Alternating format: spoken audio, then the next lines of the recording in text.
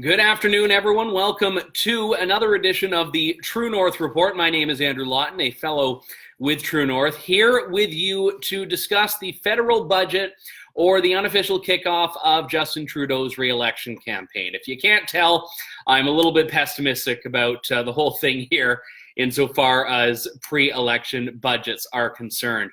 But, I want to talk about a few different stories that are unfolding here, and I'm going to get to the latest in the SNC-Lavalin issue because it is, in many respects, connected to the budget. But I also want to look at some of the numbers that we're seeing in the budget here, breaking it down. I've had the chance since the budget was tabled to go through some of the numbers and look at some of the programs and the promises and all of that stuff.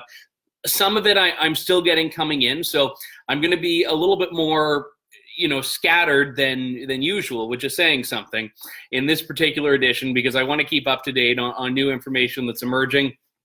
I thankfully was not in the lockup because that sounds like one of the most painfully boring things that one can do with their life, to spend an entire day, not even able to use your phone in a government budget talk.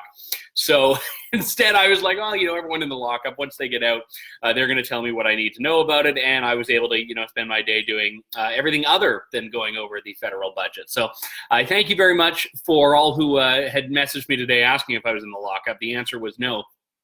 But I do think there are some important things to go over here. And just the top line of this is that the budget has more than $20 billion of new spending.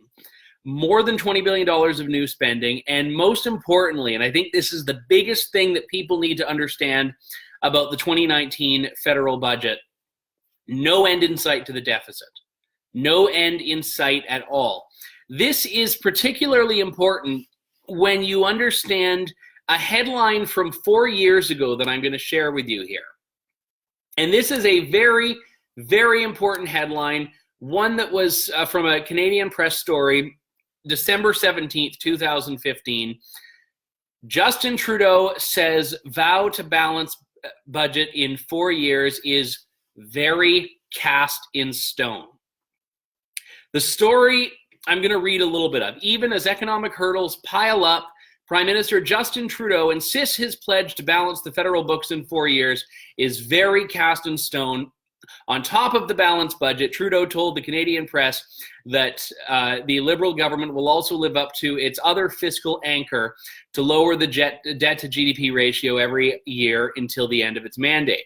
So Justin Trudeau didn't just say that he was going to remember, this is, by the way, the second or the amended promise. The first part of it was, you may remember in the campaign, there's just going to be no deficit at all. And then it was, there's going to be a little itsy-bitsy, teeny-weeny yellow polka dot deficit.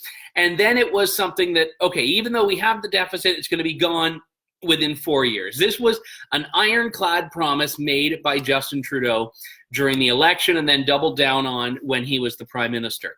And that went from the deficit's going to be gone within 4 years to here we are now facing billions and billions and billions of dollars in new spending with not even a prediction on when the deficit is going to be gone. Not even a prediction at all. And I want to run you the numbers here. So the budget this year has $22.8 billion in new spending. The budget is ultimately going to become the springboard for the Liberal platform. So we know from looking at these promises what the Liberals are going to be running on in the election as they head forward with that. And I want to look at some of the specifics here, but I am going to get into the specifics. But right now I'm talking about the generals. And even CBC said the following, which I think is important. Morneau's 460-page budget titled Investing in the Middle Class offers no timeline for erasing the deficit. The Liberals had pledged to run deficits to finance a massive infrastructure program, but broke their promise to return to balance by 2019. And this is something that we now see in this particular budget has a $20 billion deficit next year, which in 2 years is going to fall to $15 billion. And then in 2023, 2024 is going to fall to $10 billion. So if you look at this, we're having deficit projections over the next 6 years in this budget to the tune of about 90 some odd billion dollars. That's $90 billion. I don't know why I wrote it in the air. I mean, you can hear me talk, but $90 billion, more than that, over the next 6 years that's projected in this budget. And I want it to be noted that we have gone from no deficit by 2019, so no deficit after 4 years, to 10 years of deficits and probably beyond. We just don't know yet because the budget doesn't forecast that far in advance. So this budget is exactly what most people predicted it was going to be. And Aaron Woodrick, who you may be familiar with, he's the federal director of the Canadian Taxpayers Federation. He's the perennial pessimist on things like this. He did an interview earlier, and I know some people were jumping up and down on him for it, where he's like, well, you know, it's just going to be spend this, spend that. There's not going to be deficits. There's going to be massive spending everywhere. And people were saying to him on Twitter, oh, you know, Aaron, come on, you know, be an optimist. And then the budget comes out, and he's exactly right. Every prediction that every fiscal conservative gave ahead of this budget has been correct, because Justin Trudeau isn't just a liberal that believes spending your money is better than any other path for government, but Justin Trudeau believes that he is going to use that $22.8 billion of new spending to buy his way into re-election. That's what he's banking on. And the terrible thing about this gamble is that he's gambling with money that's not his own. He's gambling with your and my money, and even if he wins, we lose. And even if we win, we lose. Because there is no win when Justin Trudeau is spending billions of our money to get re-election for himself, so that he then, for the next 4 years, can spend billions more of the money. Thomas writes, let's talk about all the free crap he's going to do to buy our votes. Well, I'm glad you want that, Thomas, because that is exactly what we're going to talk about in just a couple of moments. Corey writes, the scam's over. Remember, Trudeau told us so. Yeah, and I am going to get to SNC-Lavalin as well. That's a big thing, and it is related to the budget.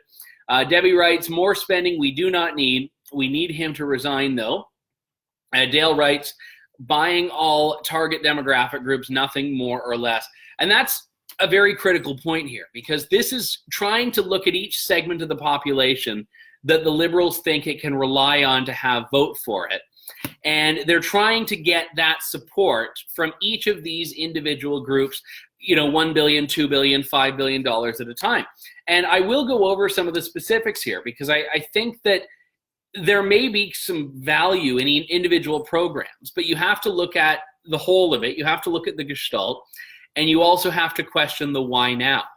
And one big example of this is the first-time homebuyer incentive. Now, this is a program that would reduce the mortgage payments that you have to own a home by having the Canadian Mortgage Housing Commission, I think CMHC, pay about 5 to 10% of your down payment. So theoretically, they could put up to, let's say, $20,000 down. If you were buying let's say a $400,000 house, and you wanted to put down a $20,000 down payment, the CMHC would match that theoretically and put down another $20,000. So instead of having 5% down on a house, you put 10% down, thus reducing your mortgage payments. And you need to give the CMHC the money back, but it's interest-free.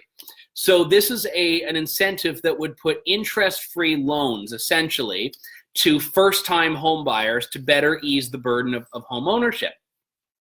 And there are a couple of issues with this. Number one, I think that there are a lot of millennials that are completely priced out of the housing market, and I'm sympathetic to a government program that is trying to bring that in check. But one of the biggest issues that we have that's causing houses to be so expensive for first-time home buyers or people buying and selling is the fact that there is a supply issue. And Nicole Verkint, who's a really smart CEO and commentator, had looked at this, and she was actually mentioning the number on BNN Bloomberg earlier this afternoon, that the average time it takes to get a simple basic warehouse built from permit, or to wait for a permit, is 230 some odd days. So basically 2/3 of the year is how long you need to wait and sit on your hands, not making any money, just to get permission to build, to invest. And we know that in the housing sector, that problem is very similar, where you have people that want to build, they want to put houses on the market, and the more supply there is, the better the demand is met, and they simply can't. And remember, back in, I think it was about a year and a half ago, there were huge issues with supply. So the issue wasn't I mean, the issue is that homes were going for such dramatically inflated prices, and something like this doesn't really protect people from overpaying for houses. So that's one of the issues here. Matthew writes, at what point does the budget balance itself? We're still waiting for that, Matthew. The budget at this point has not yet balanced itself. We've told the budget to balance itself, but unfortunately it hasn't gotten there yet. So this first-time homebuyer incentive was actually something the Liberals promised 4 years ago. Why now? Why are you not putting it forward until now? Because they want the re-election cachet that this is going to bring. If 4 years ago they put this in and millennials realize it doesn't solve all their problems, they're not going to win support, they do it now. The thing doesn't even go into effect until September, which means that by the time the millennials that Justin Trudeau is trying to buy the votes of go to vote in October, the vast majority won't have even seen anything of this program, but Justin Trudeau's telling them he's gotten them looked after. So that's one of the items here. New Canada Training Benefit. This is a program that I actually think is a really good one. This is a benefit that will give workers money to pay for training and allow them to retrain as they go through their career. So this is something that's meant to, I don't want to say protect against automation, but something that allows people to keep up with changes in their industry, to continue to make sure that they're at the top of their game.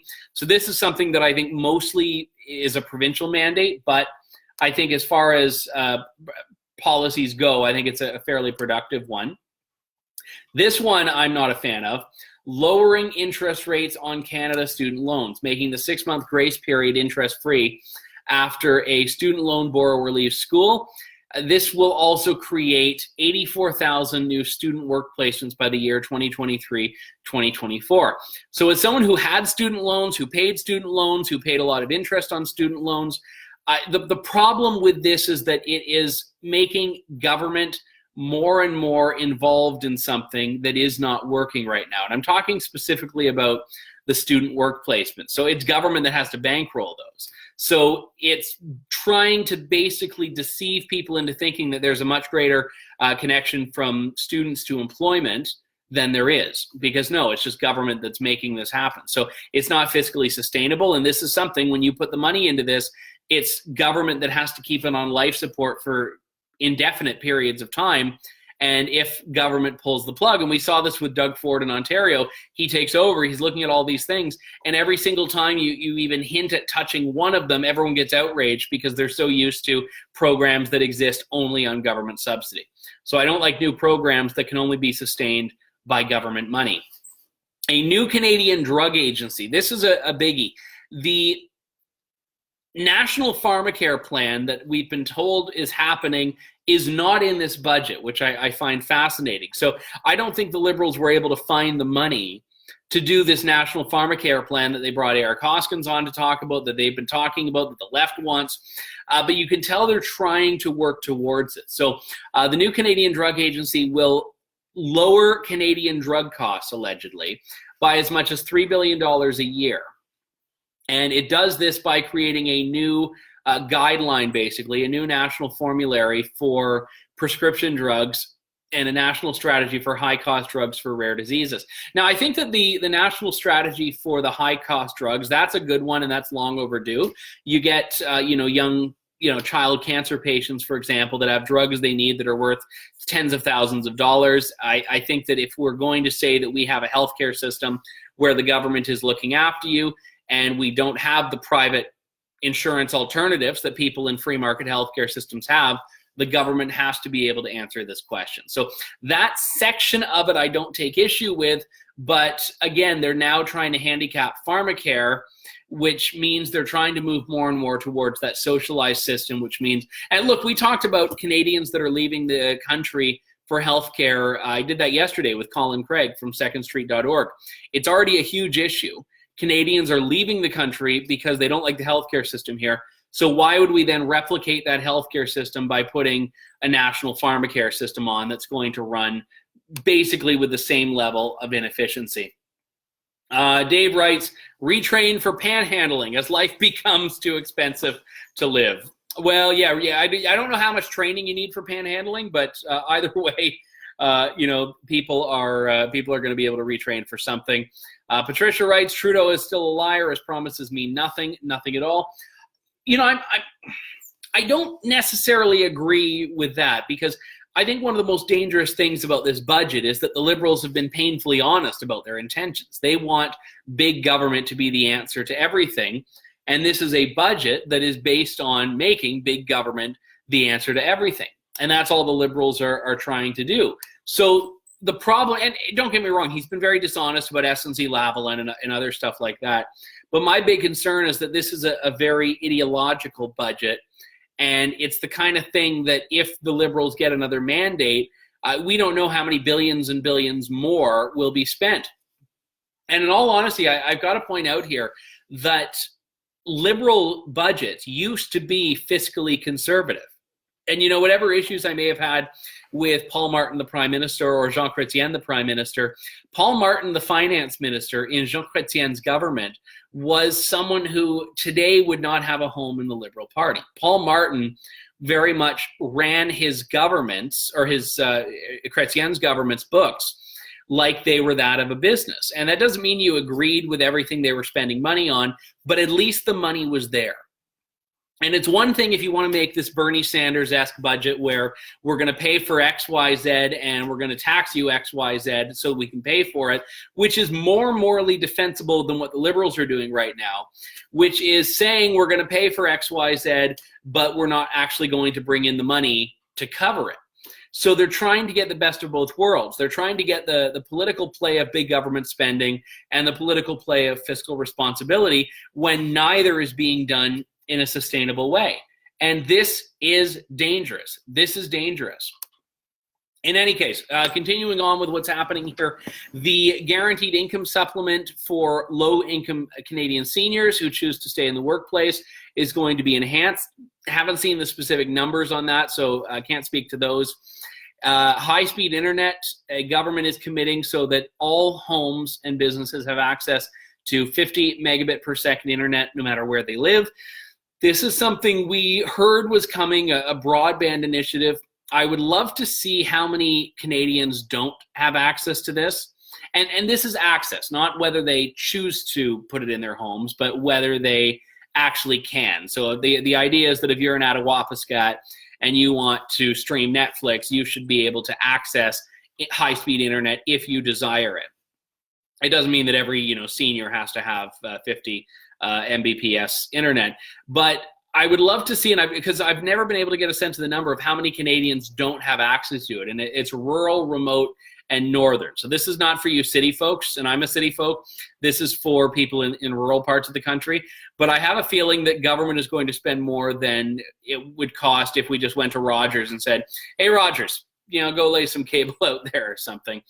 And this one's just ridiculous. A new incentive if you buy an electric battery or hydrogen fuel cell vehicle under $45,000. Now, they've done this so that it's not a repeat of what happened in Ontario, where the vast majority of people that were getting it was actually kind of hilarious, the vast majority of people that were getting access to this green energy vehicle fund in Ontario were using it to buy their $100,000 Tesla.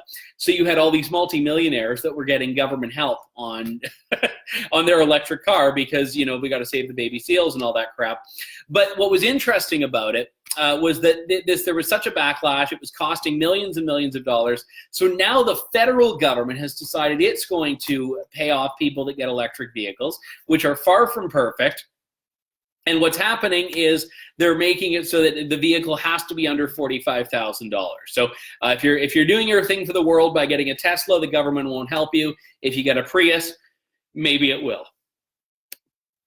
All right, what else do we have here? Like I mentioned, I'm making sure that I get as much here. This is a 400 and I think, how many pages? 464-page budget. I haven't read it all, but I'm going through the key points here that really speak to what it is the government is trying to do and what it is that the government is trying to define itself as.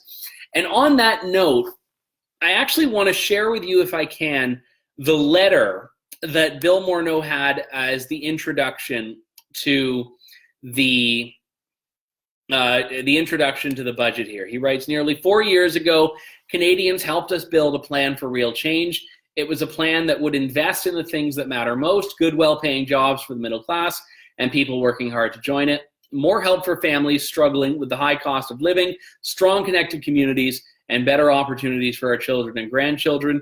Canadians chose to invest in their future, and in the years since, those investments have begun to pay off. And the Liberals are touting this idea that they've created 900,000 new jobs, forgetting the fact that when Justin Trudeau took over, the economy was already on an upturn. And a lot of the positive economic situations we've seen in Canada have been really part of a natural and organic progression, and a lot of spillover from the United States economy as well, American employers in Canada. But what's happening here is the Liberals are claiming credit, the Liberals are claiming victory. They're saying that they're lowering taxes on the middle class, despite the fact that they're also increasing the services on the middle class, making it fiscally unsustainable to do all of the things. And for all that Bill Morneau likes to talk about invest, invest, invest, and the investment's paid off, and you've invested here and invested there, what the Liberals have not done is been honest about what they mean when they say invest. They mean spend. They mean spend, but they still do not have a plan to balance the budget for at least 10 years from when they first took office in 2015. And this is something that Canadians are, in their view, not going to be perturbed by. And I hope they're not right. I hope they're not right, because the Liberals genuinely want government to be the be-all and end-all. And that's part of the ideology. It's the same as the NDP. They want government to be at the epicenter of spending, which is, I don't want to say it's fine, but we accept that. We understand that's who they are. The bigger problem here is that the Liberals, I fear, will be successful in this, because there are a lot of Canadians, and you've heard me talk about this phenomenon before, who are not interested in politics. They're not reading through the 464-page budget either. They're not watching BNN Bloomberg. They're not delving into the meat of this because they don't care, or because they've got bigger fish to fry in their own lives. And I fear that a lot of these Canadians will be duped by, take the first-time home buyers incentive, for example. The government says we might give you $20,000 towards buying a house. If you're a millennial, that's huge. If you're trying to buy a house, and let's say you're trying to buy a $400,000 house or a $400,000 condo or something like that, and the government says we'll pay for half of your down payment, that's huge. So let's say you were going to put 5% down. Well, now you can put 10% down and lower your mortgage payment. Let's say you were going to put 10% down. Well, maybe you hold a bit of that money back and it's interest free. So maybe you put the money that you were going to put forward there towards paying off your mortgage payments down the road. But again, it's easy to think, okay, wow, this is, the government's giving me 20, 25, 40,000. It's up to $40,000, I think. So the government's giving me all of this. And it doesn't matter that you have to pay it back. And it doesn't matter that the government is bankrolling this program by running up deficits. If you feel that it's benefiting you, you're going to look at Justin Trudeau and be like, thanks, Justin, thank you. I couldn't buy a house before. I couldn't buy a house under the evil Conservatives. If Andrew Scheer wins, I won't be able to buy a house. But under you, I can afford to buy a house.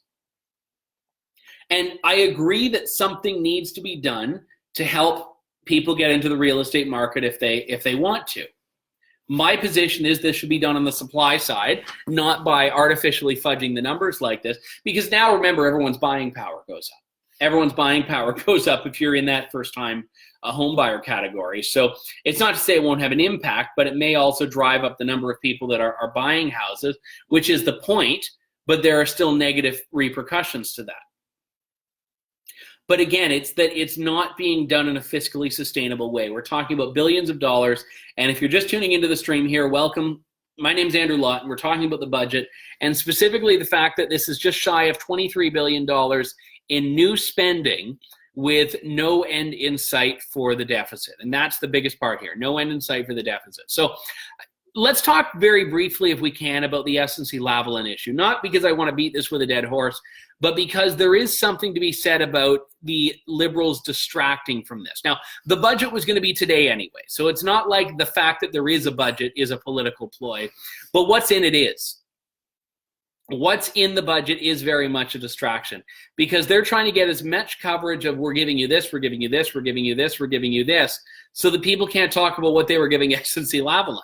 I think that was last year's budget, whatever SNC-Lavalin was getting or wanted to get out of the government. But the problem that we see in this dynamic here is that Canadians are moving on. Canadians are moving on from SNC-Lavalin. The Liberals have succeeded in forcing Canadians to turn the page on this by blocking Jody Wilson-Raybould, by fighting the Conservatives. The Conservatives were going to have some, I understand it, procedural showdown today. They were trying to delay the budget from being tabled, and they were unsuccessful. They got, Bill Morneau to basically say, just here's the budget, have fun. And he still is going to be giving a speech if he's not giving it already. But it doesn't make a difference, because here's the budget. Here's the budget. It's out. The Conservatives lost. The Liberals won. And it's that simple. The Conservatives have lost the SNC-Lavalin debate. And I don't say that because I think they've done anything wrong. I don't say it because I think that they've been on the wrong side of it. I say it because the Liberals won. And even though the media has been covering it, it is a message that ultimately has become diluted. And unless, and I said this last week, unless the story changes, people are going to move on. And now they've got 600 or 400 and some odd, 464 pages of other things to talk about. And that's the big problem. They've now got almost 500 pages of other things to talk about other than SNC-Lavalin. And these are all going to be the most fresh in people's minds as the election nears. This is going to be an area where there's a lot more to talk about and chew on, and ultimately this will hijack the news cycle for the next week and probably the next few weeks. So what does this mean for Canadians? Well, look, if you're getting something out of the budget, congratulations. If you're getting a little goodie or a little perk in here, that's the whole point of this. The Liberals want to be able, because remember, everyone in Canada, when you're in politics, is in a certain group. And the Conservatives do this, the Liberals do it. I think the Conservatives were better at it, at kind of segmenting the population. So Tom Flanagan's book, Harper's Team, talked about this, where if you were a blue-collar, working-class guy, you were a Dougie, they said. If you're a downtown Toronto soy latte-drinking millennial woman, you're a Zoe. If you're a childless, upper-income level couple, you're Marcus and Fiona. If you're a couple that owns a business, you're Steve and Heather. And how I remember these names, I have no idea. But the whole point of it is that they know that, Zoe's never going to vote Conservative. Dougie might. Marcus and Fiona, they might. Steve and Heather, they'll probably vote Conservative. And they want to win over those people and make sure they get these people, their people, out to vote. And what the Liberals are trying to do here is look at their map and say, okay, we don't care about the Alberta oil patch. We don't care about these people that aren't going to vote for us. But millennials, we think they'll vote for us. We think Indigenous people are going to vote for us, so we've got money for them. Millennials, we've got money for them. We think people in Ontario, Quebec are going to vote for us. We've got money for them. And what they've done here is they've basically gone through and they say who in the country is on our side or could be on our side, and what can we give them so they don't care about anything else. And, Merrill writes something very important here, and I've talked about this in the past, that half of Canada's population is within $200 of not being able to meet their monthly debt payments. And this means that if you are a Canadian and you're in this average category, or half of the category, and something comes up, let's say dental surgery or a car repair or a leak pipe and you've got to bring in a plumber. If you have something in your home that you need to shell out $200 for, you're having to go into debt, because that is the difference between you making your monthly payments or not. So all of this is to say that we have a government that's running things in an even more irresponsible way, racking up monumental levels of debt with no end in sight, and Canadians who are essentially looking to government to model healthy financial behavior have no model in sight for that. And I would hope by now that most Canadians aren't looking to government to model healthy behavior. But this is the problem here, is that government is now proving that you don't need to have the money to spend the money. And I hope Canadians don't fall for it. That's my solemn hope and my solemn goal in this. And this is a goal that True North is really making it imperative to fulfill. Unlike the Liberals, who just forget about their balanced budget pledge, we are fiscally responsible, but more importantly, we're dedicated to our mission, which is informing Canadians and exposing the governments that are, and any political leaders that are not being honest and not being good stewards of taxpayer money. We can't do this alone. If you would like to help us out with a $10 monthly contribution, it would be great. If you want to help us out with a $50 monthly contribution, if you want to help us out with shares in SNC-Lavalin, maybe not those, but in all honesty, we do appreciate any support you can give. Head on over to truenorthcanada.com and you can sign up for the Andrew Lawton Heritage Club or the Patriot Club there. In the meantime, more budget coverage to come, but thank you, God bless, and good day to you all, Canada.